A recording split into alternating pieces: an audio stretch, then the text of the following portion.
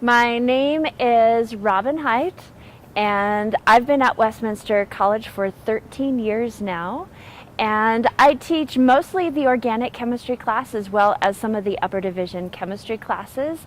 In the classroom, I try to have a constant conversation. It's not just me up front talking. I have a constant back and forth conversation with students where I expect them to actually contribute to what we're doing in class.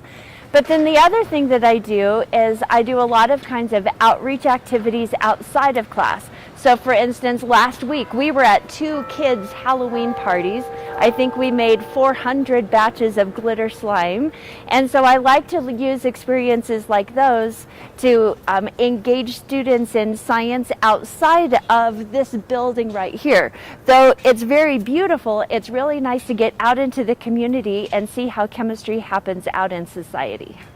My teaching method, I believe in students being actively engaged in their own learning, and what I really try to do is have different things I've incorporated into the classes so that the students are actively engaged, both when they're in the classroom listening to me, but then also when they're at home studying on their own. So I tried to provide as many helpful props as possible to help students learn. What I do to build relationship with students is I try to meet with them as often as possible in both group settings and one-on-one settings. So in group settings, that would be at club events. One-on-one settings would be in my office during office hours.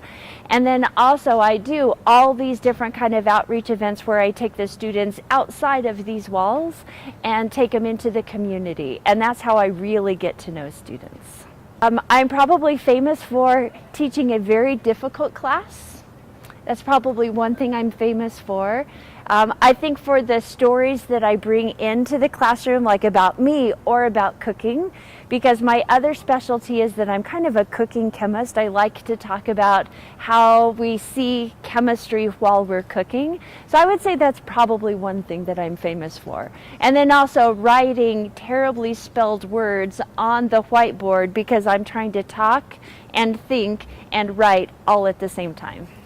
The piece of advice I have for students that are coming in to have academic success is to keep on top of their studying regularly.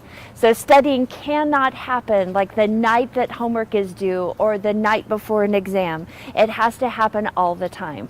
And so that's every day or every other day. You're opening your book, you're reading your lecture notes, and you're keeping involved in your class. You're not putting things off for a week at a time.